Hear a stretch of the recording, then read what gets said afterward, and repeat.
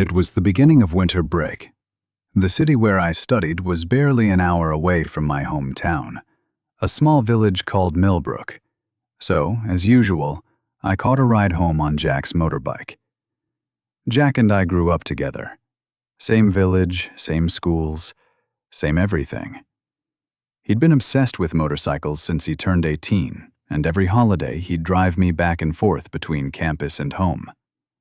The main road from York to Millbrook was wide and smooth, winding through the hills. But Jack always preferred another route, a narrow road cutting through the forest that everyone called the shortcut. After a few turns, the asphalt began to crack, and the road turned into rough old concrete. I knew immediately where we were. It wasn't a pretty road, but it saved us nearly half the travel time. So, of course, we took it. The weather forecast had warned of a long snowstorm heading toward Millbrook. Starting tonight, all roads would be closed until it passed. That might explain why the shortcut was eerily empty that day. Still, something felt strange. Jack usually rode fast, almost recklessly, but today he was going unusually slow. Before I could ask, he spoke first. "Ever wonder why no one else takes this road?" he asked. "Maybe it's too remote," I said. Jack shook his head. "No, that's not it. People avoid it because of a story." I laughed. "A story? Like what, a ghost story?" He didn't smile. "You've never heard about the legend of this road, have you?" "Legend? Come on, we're in England, not Romania. What legend?" Jack kept his eyes on the road. "Centuries ago," he began. "This region was full of small villages separated by hills and woods. Back then, travel and trade were nearly impossible. A local magistrate decided to build a road connecting them all. At first, everything went fine. But when they tried to build the main route, the one linking all the smaller paths, everything went wrong. The road would collapse, crack, or sink into the ground no matter what they did. They couldn't reroute it, so construction stopped. Then, one day, a wandering priest came along. He told the magistrate that something in these woods wasn't happy. To complete the road, they'd need to make it content. I frowned. "What does that even mean?" Jack's tone darkened. It meant a sacrifice. The priest said they had to capture a few villagers, kill them, cut their bodies into pieces, and bury them along the road. Only then would the road stand. My stomach turned. "That's insane." Jack nodded slightly. They did it, and miraculously the road was finished. But peace didn't last long. Afterward, strange accidents started happening. Horses would collapse for no reason. Carriages overturned. Travelers injured. People said the spirits of those buried beneath the road were taking payment from those who walked it. His voice dropped lower.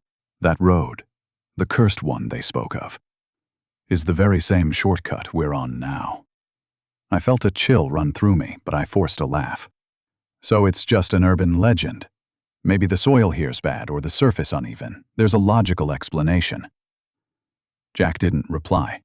After a long pause, he said quietly, "Do you remember my uncle?" I nodded. "Yeah, he died in a crash when we were kids, right?" Jack's hands tightened on the handlebars. "He died on this road. He never believed the stories.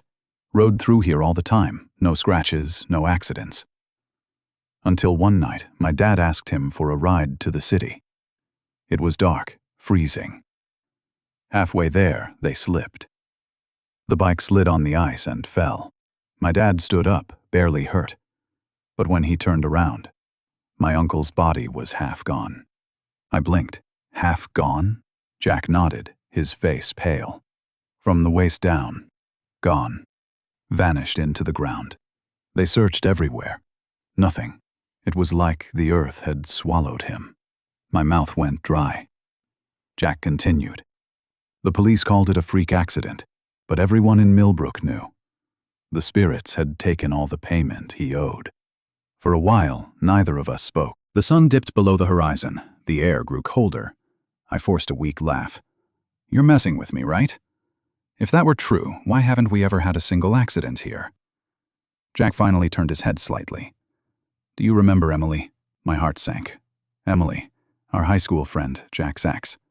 Years later, she and I reconnected at university. We fell for each other. I'd asked Jack about it back then. He'd said he didn't care. I believed him.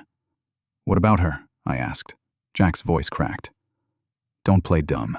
You stole her from me. You lied to me." "Jack, what are you talking about?" "I'm talking about why you're going to die here tonight," he said coldly. Before I could react, Jack suddenly accelerated, then shoved me hard off the bike. I lost balance, tumbling backward, my hands grabbing at whatever I could. I caught something. His necklace. The small silver charm he always wore. The chain snapped. The next moment, everything spun. When the world stopped moving, the bike had crashed. I somehow landed on the seat, dazed but alive.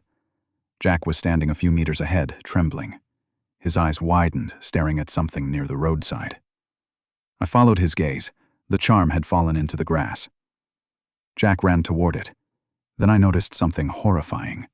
He was shorter. No, sinking. Within seconds, his legs were gone. He collapsed, screaming silently as his body melted away, pulled into the ground by something unseen. He opened his mouth, but no sound came out, before his head disappeared too. And just like that, Jack was gone. Vanished. Completely. I sat frozen beside the overturned bike, my breath shallow, my body shaking. The sun had set, the forest was dark. Wind howled through the trees. And behind me, I could feel it. A cold, crawling chill rising slowly up my spine.